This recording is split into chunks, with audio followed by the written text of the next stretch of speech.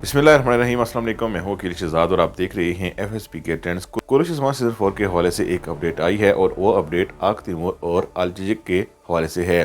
जैसा कि इससे पहले एक एपिसोड में आप देख चुके हैं कि आग तैमूर के किरदार के हवाले से न सिर्फ नाजरीन थोड़े परेशान हैं, बल्कि एक किले में जहाँ वो बाज़ंतीनी कमांडर था उसके बाद उसका रोल इतना अच्छा हमें दिखाया नहीं जा रहा। पिछली एपिसोड में भी वो एक जगह फंस गया था, हालांकि वो अपनी नेक नीयत की वजह से वहां फंसा था। अब अल चिचिक और आग तैमूर की शादी जल्द होने वाली है।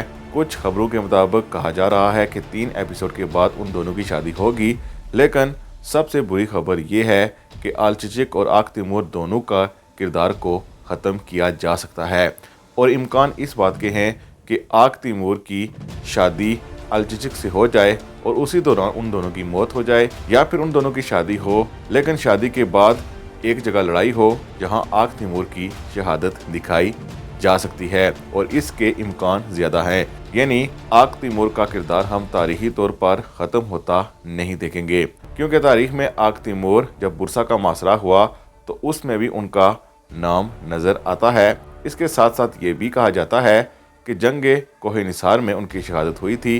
बहरहाल ये दो बातें अभी तो नज़र नहीं आ रही। इससे एक बात वाज़ेह होती है कि अगर आग तैमूर की यहाँ पर शहादत दिखाई गई तो वो तारीख के मुताबिक नहीं होगी, जिसके बदकिस्मती से चांसेस बहुत ज़्यादा हैं।